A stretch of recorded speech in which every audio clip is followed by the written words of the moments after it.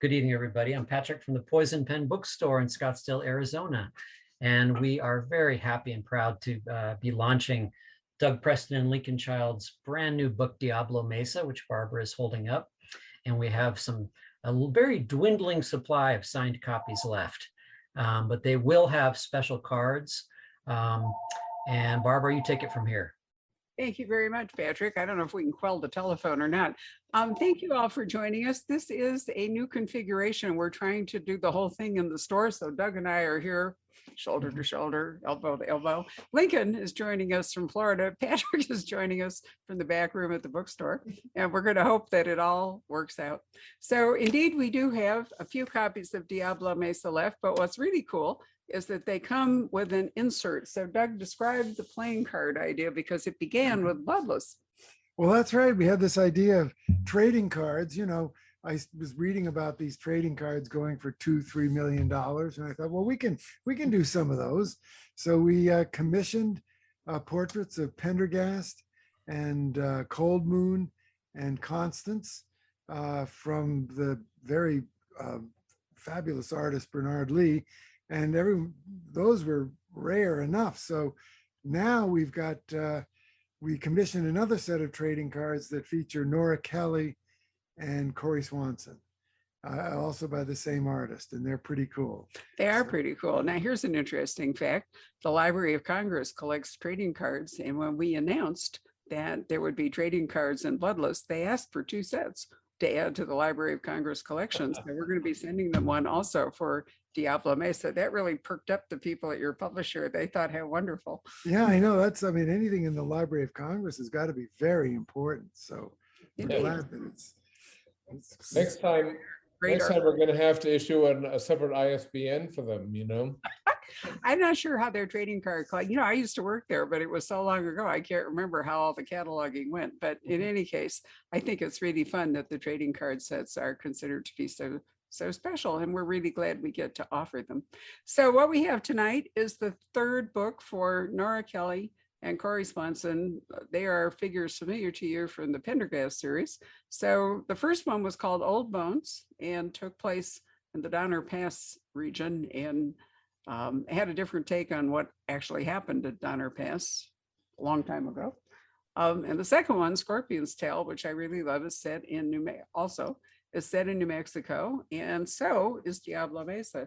So which one of you wants to talk about who thought about Nora Kelly and Corey Swanson? Lincoln, was that you? That falls in the same category as where did Pendergast come from? Part of me wants to say that I may have had the idea German suggested it, but I can't back that up with any kind of a hard and fast memory. I know that we both realized very quickly, whoever brought it up, that, you know, here we had 2 very strong female characters in very strong and interesting careers, and that as that happened, those careers would mesh very easily. All we had to do was transfer Corey from where she was on the East Coast to Albuquerque field office as a trainee. And then she could solve crimes that Nora dug up in her work. And Nora could help her with the archaeological aspect of anything that forensic that came up that Corey, who's an expert herself, couldn't answer. And so they, you know, we felt the Gideon crew should have a rest. Whether or not beneath the surface is yet to be known for sure. But you know, we've had really great success in terms of audience response. People love this book. They love the characters. Nora's grown up, you know, and Corey has lost her juvenile rough edges to a degree. So we're having a lot of fun. You know, it's a great trade-off to Pendergast in terms of the kind of book, you know, how fast it moves, the location, the people involved. And so I think we're really happy that we have 2 series, and, you know, we don't want to go out and write 4, 5, 6, 7 series. We like these 2, you know, I think we're in a good place. So you've basically kind of expanded the Pendergast universe, haven't you? Well, we have in the first 2 books, in Old Bones and the Scorpion's Tail Pendergast made a cameo appearance, but not in this book. He's not in this book at all. So it's just Corey and Nora. So Nora's in an interesting place. In order to give her a job for these books, you created something special in Santa Fe. What is it? Well, it's the Santa Fe Institute of Archaeology, or the Santa Fe Archaeological Institute. And Nora worked there originally, and then she transferred to New York and worked at the American Museum, or the Museum of Natural History for a while. And now she's back, and she's having some difficulties with her boss, the new president of the Archaeological Institute. And in fact, in the very beginning of this book, I guess I'm not giving anything away if I say she was fired. She's fired. She refuses to participate in a project that the Archaeological Institute wants to do, so they fire her. And she's also having a sort of a headbutting thing with another employee, a really obnoxious guy. Yeah, I mean, it's this very obnoxious person brought in by the president, her protege, and she promotes him above her, even though she has more seniority. She's smarter, she's more successful, published more papers, but no, he's promoted above her. And he's not a bad guy. He's just kind of I think someone puts it, a homunculus. Is that you, Lincoln? That's someone. Lincoln with his big words. It's true, exactly what Doug said. And the nice thing about in the end of this book is we sat there and said, how should we solve this problem? You know, Nora has been fired. You know, she refused to work on what is really the crux of the story. You know, a billionaire who comes in and says, for the first time, I'm willing to fund a real excavation of the site, the Roswell site of UFO fame or infamy, and do it right. And she thinks it's just a money grab by the Institute, and it's beneath her. And of course, we find out what the truth is over the course of the story. But at the end of the book, she was still fired. And Doug and I said, well, what are we going to do about this?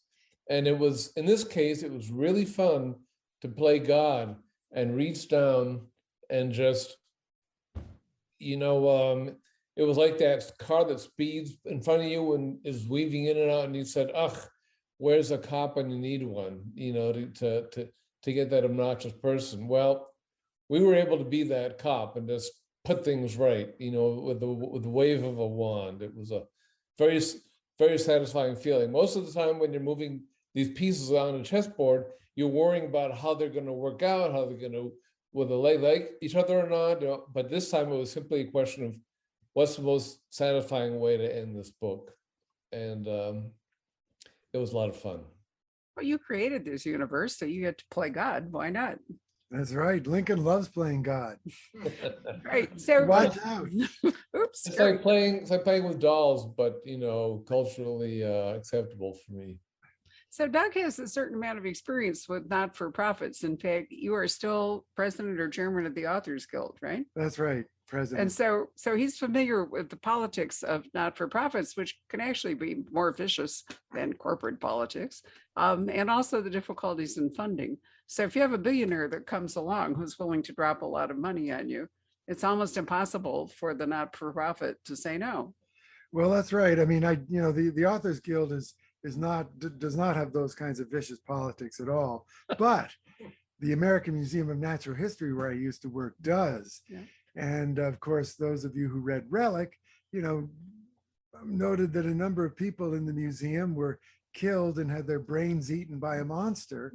And that was my revenge against many people at the museum, including the director who he's killed, his brain is eaten by a monster. And after Relic was published, the novel, I actually ran into the director at the museum, and he said to me, Preston, come over here. And I went over and he said, I am really sorry you don't still work here, so I could fire your ass for writing that book. Wow, he took it personally. Oh, he was really upset. No, I mean, the director in our book was not at all based on him. just to be clear, but, you know, But, all right, so Nora outraged by the fact that the Archaeological Institute is going to accept all this money for this guy for what she thinks is basically a bullshit project, right? A vanity project. She's going to have to change her mind if this book is going to work. So how do you go about changing her mind? well, she thinks that this is completely hokey, that this, everyone knows that the Roswell incident where this UFO supposedly crashed is bogus and so on and so forth. And she thinks it'll ruin her reputation. So she's fired. She ends up in the parking lot, and there's a car, a very nice Tesla, parked there. And a man gets out and is very happy to see her. And it turns out he's the billionaire who wanted to hire the Institute to do the archaeological dig. But what he really wanted was Nora. So he's very happy to hear that she's been fired. And so then he tries to hire her himself. And she says, absolutely not. But it turns out he's very clever, and he's hired her brother already, who's quit his job. And Nora always is worrying about her brother because he's kind of a screw up. He's always messing up. He's always losing his job or doing something wrong or getting into trouble. So Nora's like, oh no, I'm going to have to take this job just to watch over my brother and make sure he doesn't get in trouble. So a lot of pressure on her. And so she finally, very reluctantly, takes this job to excavate, to do a professional, meticulous archaeological excavation of the Roswell site. But so they begin digging, but the first thing they find is not a UFO. They find two bodies in a shallow grave, murder victims, two people executed at close range with their faces and hands obliterated with acid in an attempt to try to conceal their identity. So all of a sudden, what looks like a UFO woo-woo thing suddenly becomes a very real murder investigation. And of course, Corey Swanson, our new FBI agent at the Albuquerque field office, is pulled in to investigate this very new and modern murder. Not so new. These bodies date back to 1947, but they're not ancient either. So the FBI get involved. So no surprise to the reader that all this happens, but apparently a surprise to Nora and whatever it is. So you had a couple of books set in Florida in the Pendergrass series, right? So do you think it's only fair, Lincoln, that we are in New Mexico for two of these? Oh, I think it's entirely fair. In fact, Thunderhead was set obviously in Doug's backyard, and I really can't see these books. Doug may disagree with me. I can't see these books going anywhere else in the near future, because look at this one. As Doug said, these murders were supposedly, they were looking for aliens and they found dead bodies.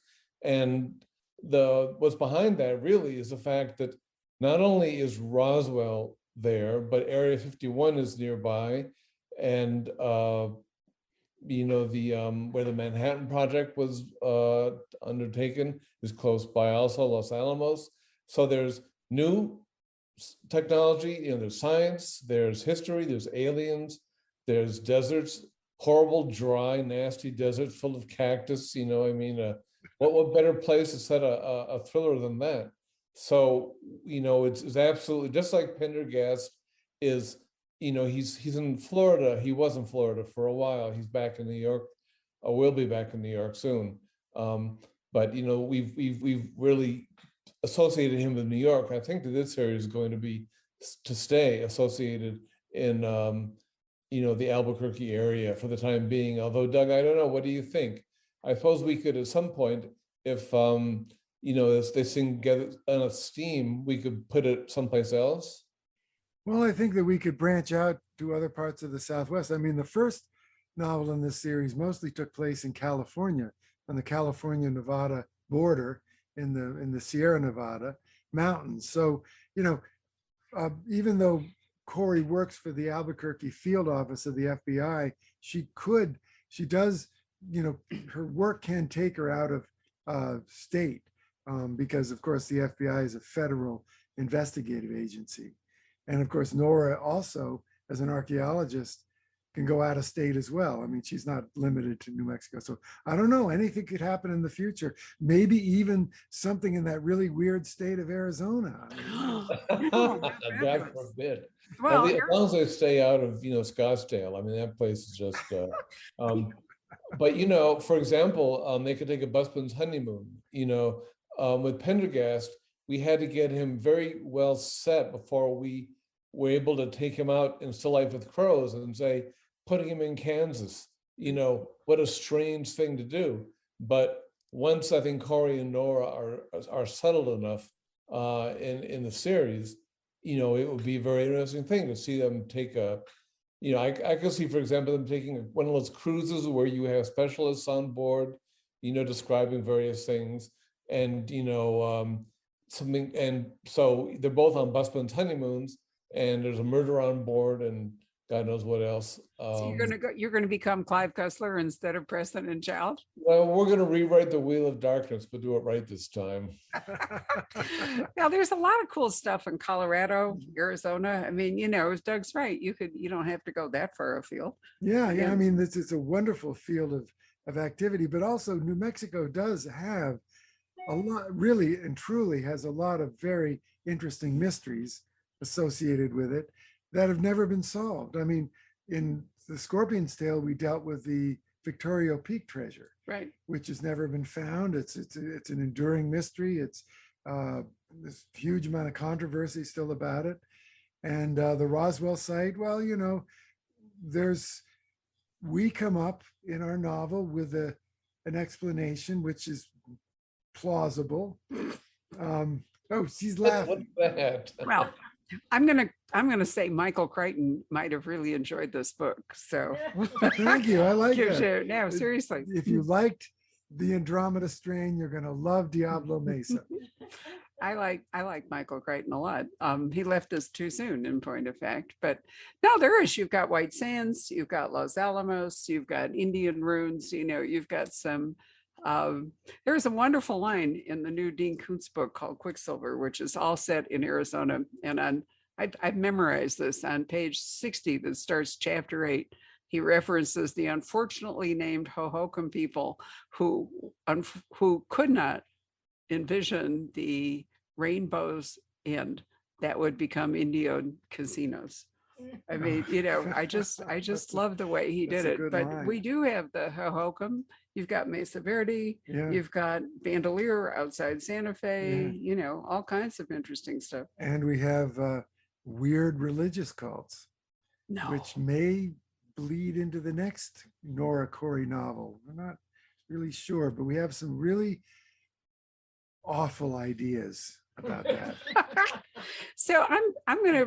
I mean, I'm hoping. Barbara, before you move on, I'd like to just point out that I'm not opposed to Arizona or New Mexico for another reason, which is I went to school for a while in the Verde Valley, and my grandparents retired to Flagstaff and had property in Oak Creek Canyon. And a long time ago, my forebears were ranchers and owned hundreds of acres on what is now Phoenix. And so I'm very disappointed in them for selling all that. You should be. Well, you can there's Sunset Crater outside Flagstaff, and there's a particularly fabulous ruin up there. Wupatki is Wupatki. Wupatki, Yeah. yes. which is actually, I think, has some of the best geometry ever for a pueblo. I mean, I was just there over Christmas, and I was really smitten with it's almost like Frank Lloyd Wright designed this, this pueblo. So Yeah. there's a lot to look at. The other reason to set one in Arizona would be so you would come out here. Maybe so, yeah. I climbed Sunset Crater as a kid. You can't do it anymore, but it was kind of like a pilgrim in the Middle Ages. Take one step forward and slip 2 steps back, trying to walk up that lava. Right, but there's still a trail you can wander all around it. So, there's a lot to look at. Now, what was I going to say? Oh, Corey Swanson. Do I remember meeting Corey Swanson in White Fire? Was that the book? Yes, she Oh, was. good. Yay. Absolutely. And wasn't that in Colorado? That took place in a fictitious town called Roaring Fork, which was based almost entirely on Aspen. But we changed the name because there's so many horrible things happen in that town of ours, Roaring Fork, we decided that we wanted to be able to go skiing in Aspen, or at least have the option of it in the future. And if we called this town Aspen, they wouldn't let us in. So We did keep the John Denver Monument, though. we got so much criticism over that. Corey Yeah. Swanson makes a sarcastic aside in the book about the music of John Denver. Now, she's just a character. She's not us. We don't necessarily agree with her or disagree with her. We got so many upset emails. What's the matter with John Denver? Don't you love his music? Well, I like John Denver's music. Corey doesn't, but I do. How about you, Link? Do you like his music? Oh yes, I love his music. Yes, yes. Right. Rocky Mountain High. Come on, Link. Yeah, thank God I'm a country boy, et cetera, et cetera. Take your car off the wall and play it for us, whatever. That's right. Right. Well, unfortunately, we can't say enormous amount more about, or even a little more about Diablo Mesa without spoiling it. But you get the idea that, you know, there are many forces at work in the book. Some of them personal, some of them murderous, some of them scary, whatever. It's really a lot of fun to read. And I do agree with Lincoln. I wish we could talk about it, that you did come up with a really super resolution at the end. I mean, I just love that. So let's talk about what else you're doing. Lincoln, are you working on, because you've written several books of your own without Doug. How are those coming along with your Well, entomologist? You're very kind, Barbara, to always ask that question. And finally, I can say that there is a book of mine coming out, a solo novel. It's been about 5 years in the works. It's called Chrysalis. It's coming out in July.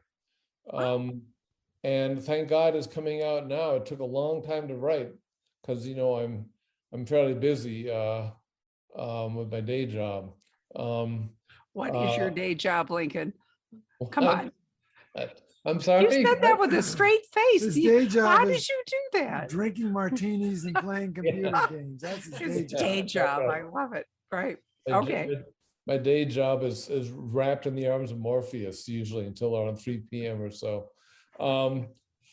That was with a smile on my face, by the way. But in any case, I'm glad that it's coming out, if only because I was horrified to find out when, what's his name? Zuckerberg of Facebook announced he was changing the name of his company to Meta, because my book is all about the intersection of virtual technology and medical implants. And kind of in the way my older book, Deathmatch, prefigured electronic and computer dating. This book does that for virtual reality and other things, and terrible things happen in it. But we can talk more about that in July when it comes out. Well, we'll definitely talk about it in July. I always love talking to you about, what's the name of the entomologist for those who don't know? Jeremy Logan, the entomologist. Yeah. He's a great character. And he is not he's not an enigmatologist. That is what the editor of the New York Times crossword puzzle is. Now, do you remember his name? Will somebody, isn't it? Will Shorts or Shorts. I believe he's the person who actually is the only person to get a degree in enigmatology, in a sense of solving puzzles and ciphers. You know, whereas my character solves Loch Ness Monster and you know, curses and things. So they're not the same kind of thing. But yes, it's Jeremy Logan. Thank you, Barbara. Well, you're entirely welcome. I will look forward to July. And I've read Chrysalis. Yeah. And I can vouch for it being not a bad book. No, it's an absolute fabulous book. It's fabulous. It's an excellent book, excellent read.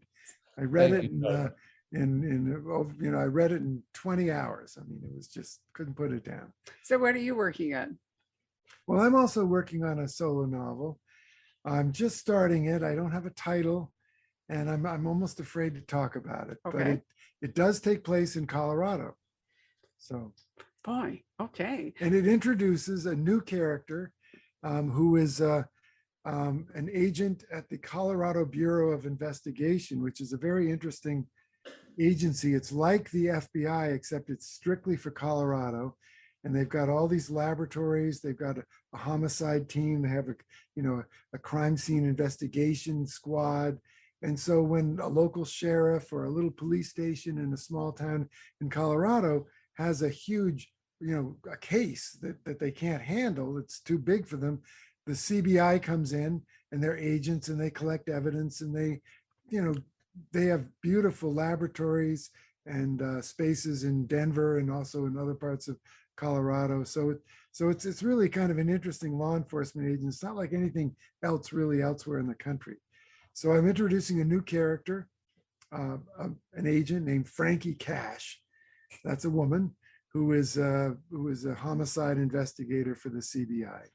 Sounds wonderful. I am very fond of Archer Mayer's BBI, Vermont Bureau of Investigation, but I think it's fiction. I'm not entirely sure. And, John Sanford created one for Lucas Davenport in Minnesota before he made him a U.S. Marshal. And I'm trying to remember, what was that called? I don't think it was the MBI. I can't remember what it was. Yeah. So the Bureau of Investigation. Something like that. Yeah. Anyway, I think having a state investigation agency is a great idea. Yeah, and Colorado is sort of like New Mexico. There's an awful lot of wonderful settings there, and and there are counties in Colorado where almost nobody lives. It's all mountains. So anyway, I'm having fun writing this book and plotting it. Sounds great. Now tell us about Pendergast, because that's going to be the next question that everybody's going to ask. What's up with Agent Pendergast? He's got himself in a real jam. And when we were writing Bloodless, we've tried very hard, even though he's not in Florida. I mean, not in New York anymore. He went to Florida for 2 books. He got waylaid on the way back in Savannah for Bloodless. We've been trying very hard to make each book a standalone novel, but in this case, completely, he leads us by the noses. We don't lead him. And completely against our wishes and out of our control, he made this the either the first book in a trilogy or the introduction to a trilogy, and things. Although the story is wrapped up at the end of Bloodless, everything important is tied up except something of critical importance to him, and that's left wide open. And it's going to occupy him for the next few books, and it's also going to let us return to some of our most beloved stomping ground, which took place in the Cabinet of Curiosities, where some of the more interesting characters in the Pendergast universe, I can't say any names, but like Diogenes and Enoch Lang, tend to surface. So we're going to have a lot of fun, and we hope our readers enjoy the ride. Yes, in fact, the novel has a title. It's The Cabinet of Dr. Lang. Leng, for those of you wondering, because I asked. But this is not the first trilogy that you've written within the Pendergast series. It was the third. It is. there was Relic and Reliquary, Right. or duology, or whatever you call it. And then we had the Helen trilogy, and we had the what is the name of our other trilogy? Diogenes trilogy. Okay. And this is, Bloodless is now the first book, I guess, in what's going to be a trilogy, probably. Certainly, the Cabinet of Dr. Lang follows very closely on the heels of Bloodless and carries the story forward. So those of you who've read Bloodless, do not fear. What seems like a crazy ending is going to lead you right into the next novel. So are you doing the trilogies because you have finished the story? There's more to the story. Is that your primary reason for doing it? Yes, it is. We know exactly where the Cabinet of Dr. Lang is going and what's going to happen at the end of it. And what's going to happen at the end of it is absolutely awful. Well, I mean, it's just, so then the third novel, which we don't have a title for yet, will carry that story to its conclusion. Okay. So the only person we know for sure that survives is Agent Pendergast. Maybe. Who Maybe. knows? I mean, nobody is safe in our books. Remember, Well, you've remember already what proved that. remember what happened to poor Bill Bill Smith Smith's back. son, yeah. Yeah.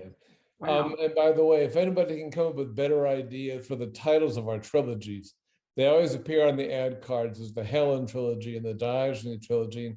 Some of that doesn't have the same ring as Lord of the Rings or Game of Thrones. So we're looking desperately for more interesting titles, and we're taking offers. Well, Okay. that's a good idea. It is a good We'll idea. have a competition, and the winner will get. What will the winner win? Link.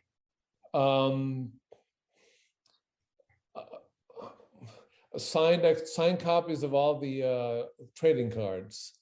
I thought you were going to And say you would show acknowledgement up from and the book. play one of your guitars in a special No. concert. First prize will be a dinner with Douglas Preston. Third prize will be dinner with Lincoln Child. We'll have to figure out what the second prize will be, though. I love that. By the way, I should mention, I think we still have a few autographed copies of Bloodless with the trading cards. I don't think we are completely sold out. You can go to our website, the web store at poisonedpen.com, poisonedpen.com. And if it's still showing an on-hand quantity, you can order one. How about that? Well, that's good. Those trading cards are going to be worth millions. No, I'm just kidding. Or a pass to the Library of Congress, depending on how you look at it. Right.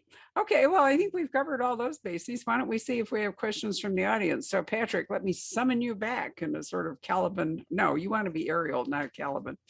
I like Caliban better though. Okay. He has better curses. He does. Yes. Yeah.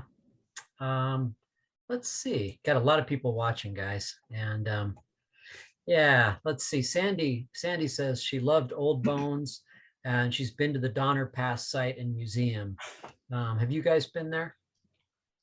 I've been there. Lincoln, I don't think you've been there, have you? I have not, no. Yeah, I know. Years ago, I went to college in California at Pomona College, and we went through Donner Pass a couple of times. And I remember my brother and I stopped and wandered around and thought about all those people eating each other. And I said, someday I'm going to write a novel about this. Just kidding. Listen, it happened this winter. Did you notice that the Donner Pass snowed in a bunch of people? Yeah, I mean, it wasn't a replay with the cannibalism, but nonetheless, there were people stranded in the Donner Pass. It's a scary thought. Yeah, I it's am kinda hungry to crazy. see it. Well, I have a couple questions from people wondering about any new movie or TV projects. We really can't say anything about that right now, other than what we've already said in our newsletters. But we I don't know, Doug, how do we put this? We always live in hope, but right now we're living in a lot more hope than we usually live in. Yeah, and it will be, if it comes to pass, it will be big. It'll be big. This is not a small, the interest is not coming from a small place. Well, that's exciting. What's ever happened to the Monster of Florence? Oh, the Monster of Florence. Well, that is being made into a television series by Apple TV. Yeah, And without George Clooney. without George Clooney, but the cast, I know, maybe he'll be cast. I don't know, but no, it's they've cast Antonio Banderas as my writing partner, Mario Spezzi. Apparently Banderas speaks fluent Italian, and it's coming along well. They have a director, they have it's really moving forward. That's exciting. Wow. All right. And who's playing you? Steve Buscemi? Danny DeVito, what do you think? No, they haven't cast me yet. It's very difficult to find someone of my caliber and good looks to, Yeah. And charisma. I and forgot charisma. that That's part. I Right. forgot the So charisma. maybe you should play you. Seriously. Yeah, that would be funny. It would Oh, be now, fun. now wouldn't you've done it. You give them an idea. That's Barbara. You shouldn't have said that. I think maybe Lincoln should play me. That would be good. That's perfect. He'd have to leave home. I'd have to fly to Italy probably. Yeah, it wouldn't work. No, I think you'd be great. I think Doug would be great as Douglas Preston. How bad? I mean, come on, that would be super. Do they let you Well, into the country now, Doug? What? Do they let you back into the country now? There was that time where you had to sneak in. Well, that's actually, what right. happened was when they announced that Antonio Banderas was going to play Mario Spezzi. Now, that was very small news in America. Front page news in Italy. Antonio Banderas is going to play in the Monster of Florence movie being made in America, and the head prosecutor of the case, who was dealt with very severely in our book, the Monster Right. of Florence, immediately went on national television in Italy, said, I am going to stop this dead. I'm issuing legal injunctions against Preston, against Antonio Banderas, and he named all these people that he was going to prevent this from being made. Well, I haven't received my injunction yet. I'm still waiting. Patrick, anything else? Yeah, let's see. Karen asks, will we ever know more about Constance's son? Yes, Yes. you will. Yep. And we apologize, Karen, for neglecting him for so long. That was not our intention. But we'll make it up to you and other readers who are curious about it. Well, he's growing up, and as he gets older, things are going to start happening. You said that so firmly that I feel like it's relatively soon that something will happen to him. So that's good news. Let me pause a moment. We have a little family circle here watching in the bookstore, which we aren't going to show you, but nonetheless, they're here. Any of you have any questions that you'd like to ask? No, you're all just dazzled and overcome by, okay, never mind then. Carry on, Patrick. All right. There's a good question here from Stella, who asks, will you allow Pendergast to grow old and have new, younger characters keep the super world you've created moving forward in time? I've kept a very careful calendar of how he ages, because we need to know when our books take place, so we can look back from Bloodless to, Cabinet of Curiosities. And the fact is, Pendergast is aging much more slowly than we are, but he is aging. And I don't think we have anything against his growing old necessarily. But that would require us, the Avengers and the Marvel Cinematic Universe, to have a bunch of, Superboys and Robins, waiting in the wings. I'm not quite sure we have that set up yet, but it's certainly an interesting question, as you say, and something Doug and I should talk more about. Doug, any thoughts? Yeah, I think that, in the 27 years since Pendergast first appeared in Relic, I would say he's aged, and Lincoln, correct me if this is wrong, but I'd say he's aged about 6 years. Is that correct? Excellent. If only we could do that. Yeah, between 6 and 8 years, you're right, yeah. Meanwhile, Lincoln and I are falling apart. No, you're not. Just kidding. Oh, but it would be wonderful if in the real world we could slow time down like that, but it doesn't work out. I don't know. I think Pendergast is sort of ageless, and his body type and all the rest of it, he could go on forever.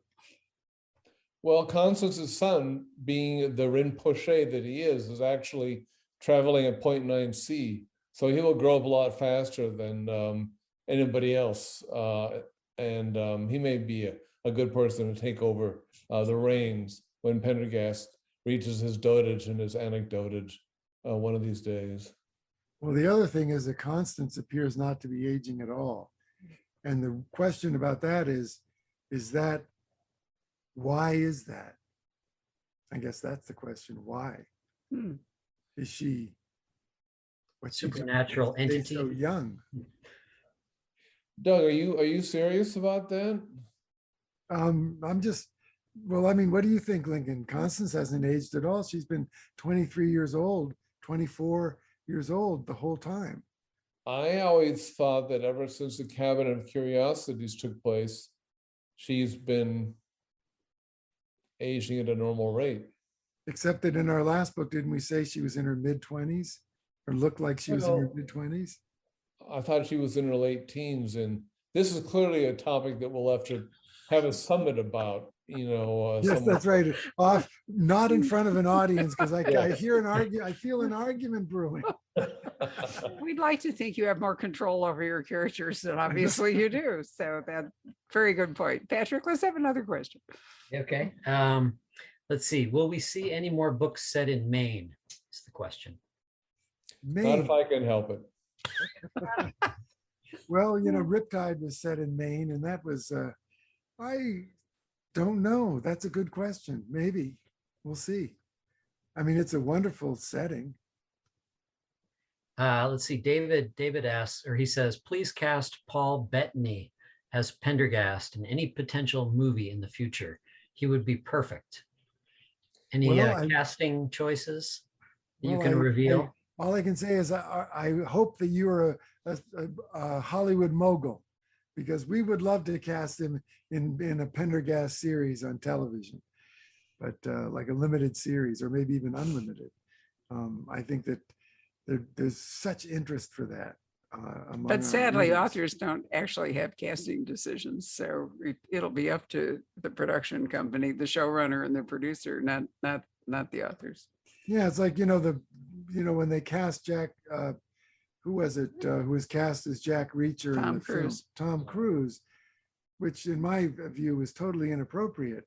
But now the Reacher series on is it Netflix or Amazon? Amazon. They've got an actor there who's perfect. He's just exactly how I imagined Jack Reacher. So I'm going to say right now, as a person who binged on this with her husband, who was enthralled with it, that the Jack Reacher movie, Killing Floor, is taken away by the young woman who's the policewoman. oh, absolutely. I thought she totally was, stole it away oh my from God, everybody. She was fantastic. She really was oh, good. yeah. And it broke my heart that he had to leave her behind in order to stay true to the series. It's like, I know. I wondered if they were going to break it, Yeah. but no, they didn't. No, he has to walk off at I the know. crossroads and disappear. I really think we need to change the subject because this is a sore spot for me. And if you don't want me to suffer a psychotic break in front of everybody. I forgot that Lee Child went on television as Lincoln Child because of a screw up. Yes. Radio. He went on the radio. Sorry, but it wasn't his fault. No, I only blame him for appropriating the last name, and for his great success and his excellently written books. Other than that, I have nothing against him. I see. Okay. Well, that's really generous of you. Remind me to tell you how he adopted the name Lee Child, which has absolutely nothing to do with you. And it's really very funny. It's in his autobiography. I will scissor that part out and email it to you, and then you won't be so cross. Well, whenever we've met, we've always been very civil to each other. So He's a great guy. Right. Have you ever met Julia Child? Julia Child? Actually Not in this dimension, no. No, an earlier life. Yeah. Let's see. I've got a couple of good questions that have just come in. Great. Tom says, have you ever thought of ever thought of another way of going back in time? A young Pendergast book early in his career with the FBI. I would ask that person, did they read Bloodless? Because there is exactly what you did. I can't really say because I don't want to spoil it for other people, but Bloodless does involve, well, can I say it? Time travel. A younger Pendergast, let's put it that way. Right. Well, that's the thing. It doesn't involve a younger Pendergast, but it does involve time travel. Right. And the one time we did show a younger Pendergast was the opening chapters of Fever Dream, I believe, right when he was with his wife and he decided he didn't plan to join the FBI after all. And she died and he changed his mind. And Doug and I have talked about earlier cases of Pendergast, whether they like the giant rat of Sumatra, that he might solve, whether these would be novels or they'd be presents for people on our newsletter. We're not yet sure. I want to see Pendergast do the giant rat of Sumatra well, let's let everybody look it up and see why it's fun. Well, here's the thing, the giant rat of Sumatra, we have a newsletter and it's free. And we give our newsletter readers sometimes free stories that we've written. And the giant rat of Sumatra was a story that Lincoln and I were thinking about writing with Pendergast solving the problem. Those of you who know Sherlock Holmes know what we're talking about. Right. But anyway, so if those of you who are not members who haven't subscribed to our newsletter, go to our website and subscribe. And it's free. And we send 5 newsletters a day. So we don't overwhelm you. No, I'm kidding. We're not like that. We send one newsletter a month. So, Except right at Um, publication date, and then they nudge you slightly Yeah. into reminding you, for example, that you still could buy Diablo Mesa, signed by both authors with trading cards. Woohoo. Ooh. Woohoo. Anything else, Patrick? Yeah.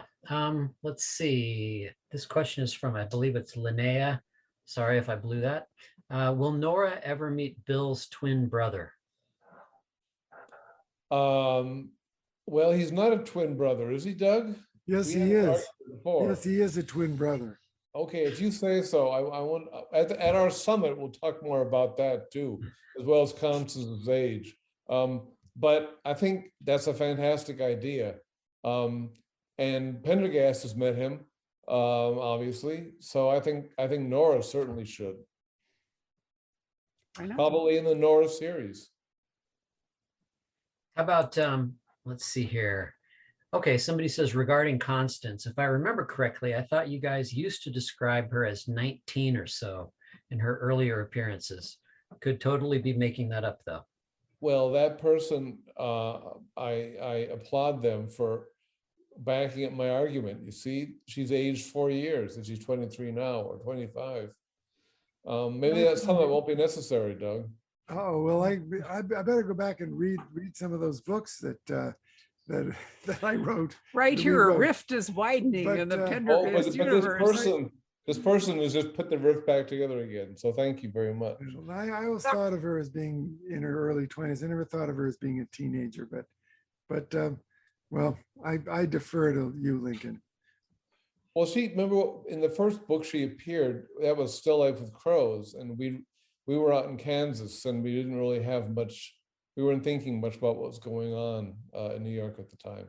But anyway, this we can leave this up to our biographers to write about, and when they do the critical apparatus for our 10-volume biography of Doug and I and the canon that we've written. He's actually talking about your hagiographers, aren't you? Oh yeah, Of I course, don't know. yes. You bet. All right. That's a good Preston and Child word, by the way. Hagiographer? Hagiographer, Yeah. Let's see.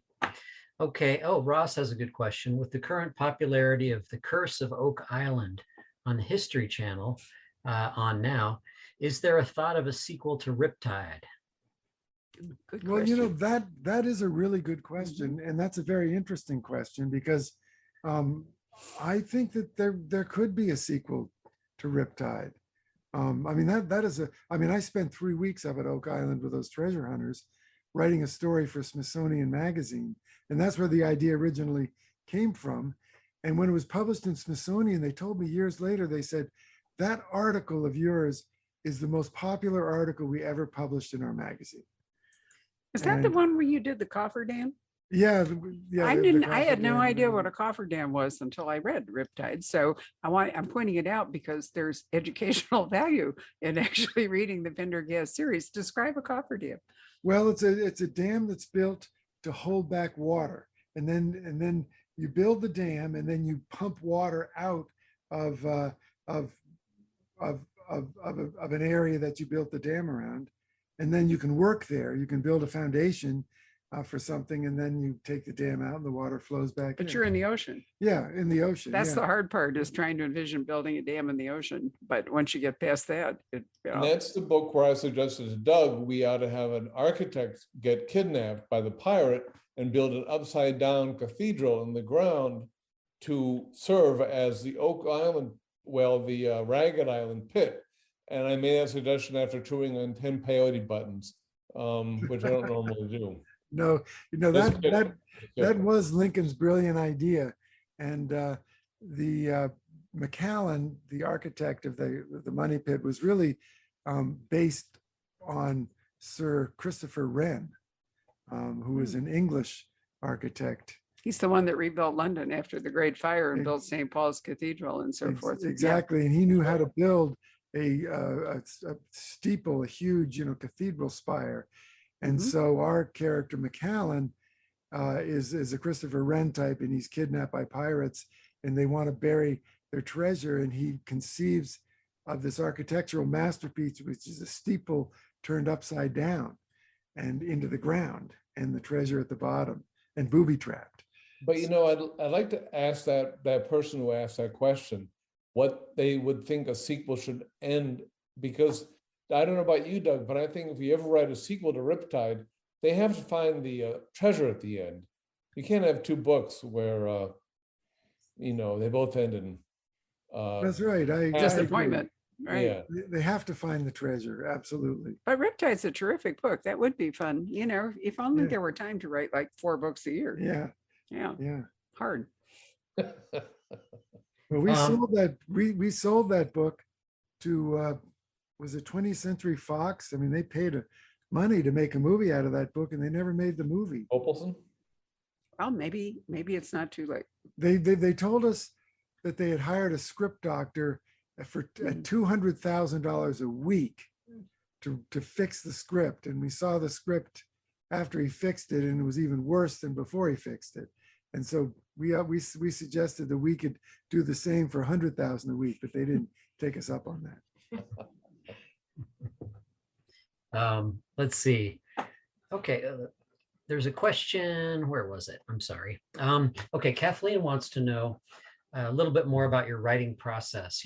You're in 2 different locations. Who starts the process? Who does chapter 1? Does that vary from book to book? The process usually begins, and of course, you have to understand this is a very organic thing. It changes. Well, it's more or less congealed now, but the way it works now is that we talk a great deal about what the next book should be. It's not that we don't have ideas; we have too many ideas, and we spend quite a bit of time sorting out the best idea or ideas and combining them into one, as we did with Diablo Mesa. There are 2 ideas really in there that we yoke together, and then we talk a great deal about the details. We put a document together, we bounce it back and forth, and then we assign each other chapters. Once we're convinced that we know where we're going and we know that we've got the first act plotted out well in our heads, we assign each other chapters that we think would be best written by one of us or the other. And after all these years together, we tend to know what those chapters are. And then once they're assigned, we just go off in our separate garrets and write them, and then send them back and forth. And we tend to assign ourselves sequences or chapters with one character in them, or a long adventure narrative, so that they're as seamless as possible. You don't jump around. You want to edit Yeah. that? Well, yeah, it's I mean, we swap what we write, and then we rewrite each other, and that can be a difficult process, because when Lincoln gets his hands on my beautiful Shakespearean level prose, it's awful to see what he does to it. And but no, seriously, we're constantly challenging each other, and we don't let each other get away with anything. And I think that that's why our books are, first of all, I believe that the language, the English language use in it is very high and at a high literate level, but it's also the plots are really carefully crafted, because we're constantly, criticizing each other and second guessing each other and rewriting each other. So I don't know, somehow working together, I think what we produce is better than what we're able to produce individually. It's almost like, back in the 40s and 50s, when you were going steady with somebody, you'd swap the same piece of gum, back and forth. This is a disgusting metaphor, and I herewith patent it.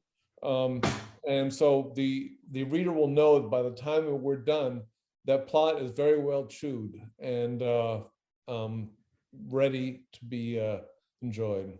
Well, you That is started really out. a disgusting metaphor. Here Honestly. I That is was an just awkward talking metaphor. about the high literary, level of our language, and Lincoln's talking about swapping chewed gum. I mean, that's disgusting. Really. Mark What would Twain- Shakespeare Mark- think?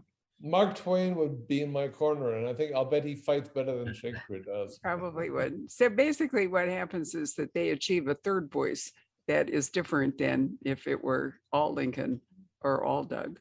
And since I read all their books separately and together, I think that that's a very fair statement. That's true. And Doug has written a lot of nonfiction too. So if you have not read The Lost City of the Monkey Gods, which is absolutely brilliant, you want to do that. Also, I just happen to have, curiously, while I fall out of my chair trying to pick it up, a book here called Lost Cities, published by National Geographic, and Ann Day is the editor. And Doug wrote a wonderful introduction and has autographed copies. I'm not sure that all of our autographed copies aren't bespoke, but you might want to check again on our website. Tell us about Lost Cities and what you had to say. Oh, it's a fascinating book. It's the 100 discoveries that changed the world in archaeology. And, this is a beautifully produced book by National Geographic. I mean, you know how well they do everything, but it's got, a lot of pictures. And so it's a really big, fat book. But if anyone with an interest in archaeology will love this, but one of those 100 discoveries is The Lost City of the Monkey God, which is the book that I wrote a few years ago. It's a nonfiction book about the discovery of a real lost city in the jungles of Honduras. And incredible to think that in the 21st century you could still find a lost city, but that's exactly what happened. So that's one of these discoveries, and that's why they asked me to write the introduction. It really is a beautiful book. I love the cover. If I can move it up here so you can actually see it, and even cooler when you open it up. Wait, wrong page. There is, I love this, even the half title page, so to speak. This is beautiful.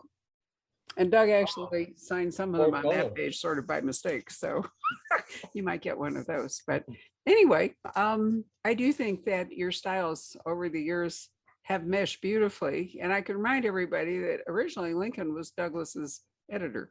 So that relationship has leveled out, shall I say, but nonetheless, that's the way it started. And Well, I like your mention about our achieving a third voice together. I think that's very well put. Thank you very much. All right, Patrick, anything else, or should we wind this up? I do have some justification in asking this. There's a discerning music lover who notices the guitars on the wall behind you. What have you got there? You got an ES-335? Yes. Les Paul, right?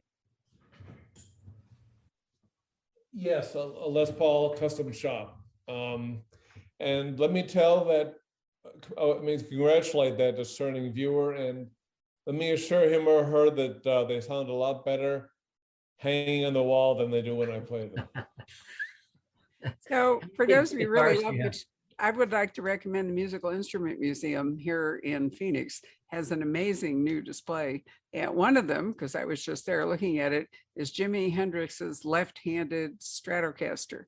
And he's playing it. And I didn't know until I saw this that you actually could have a left-handed guitar. So in his very brief time with us, he apparently was the master, and he played it left-handed. So fascinating stuff. Patrick likes to geek out with, let's see, John Sanford, Jonathan Kellerman, Lincoln Child. But all anybody these who has guys. guitars. Yep, everybody has guitars. And Lee, the other, sorry, the Yeah. wrong Lee. Not the wrong Lee, the right Lee, but the wrong child, also has guitars. So we often end up in that. So thank you, everybody, for joining us this evening. Are you sure none of you have a question? I do.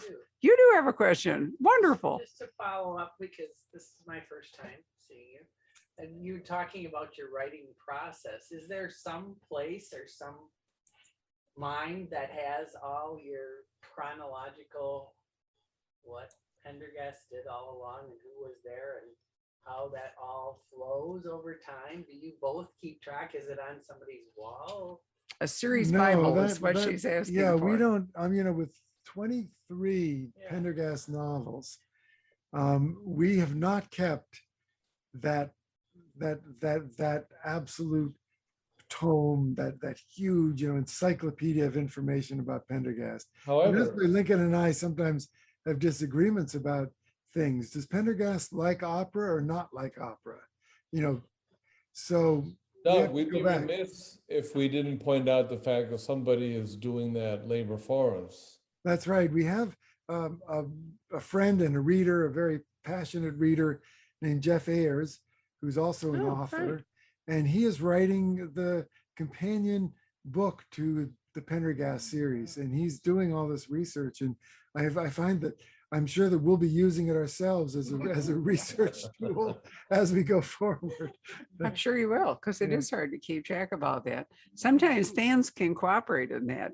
Sometimes they put out requests for fans to, verify things and all, because it's hard to And keep you're track of it all. Always coming up with the new ideas then, and you Yeah. weave them into what you remember. Yeah, Sure. yeah. Well, on that wonderful high note, thank you very much. Thank you all for joining us this evening. What a pleasure it has been. Every year, twice a year, if I'm really lucky, we get a chance to talk to Lincoln and Doug and launch a new book. And Doug, this afternoon, there's a photo on the Poison Pen Instagram of Doug facing down a table with part of the 3,000 books that he has signed today and that Lincoln signed previously. So it's a big undertaking they take for their fans. And I hope that you all appreciate the amount of effort that they put into it. And we want to thank you for buying them up so we don't have to junk them or send them back to the publisher, which would be a horrible thing to do. So thank you very much, everybody. Good night. Thank you. Thank you, Thank partner. you, thank you, Barbara. Thanks, Barbara. Bart. Always a pleasure, Lincoln. I'll see you in July. Okay, look forward to it. Hello. We hope you're enjoying our programs and podcasts with authors. We'd like to expand them, and your help would be appreciated. Please make a donation at poisonedpenfoundation.org. 100% of the proceeds will go to help connect authors with readers in this difficult time. Thank you.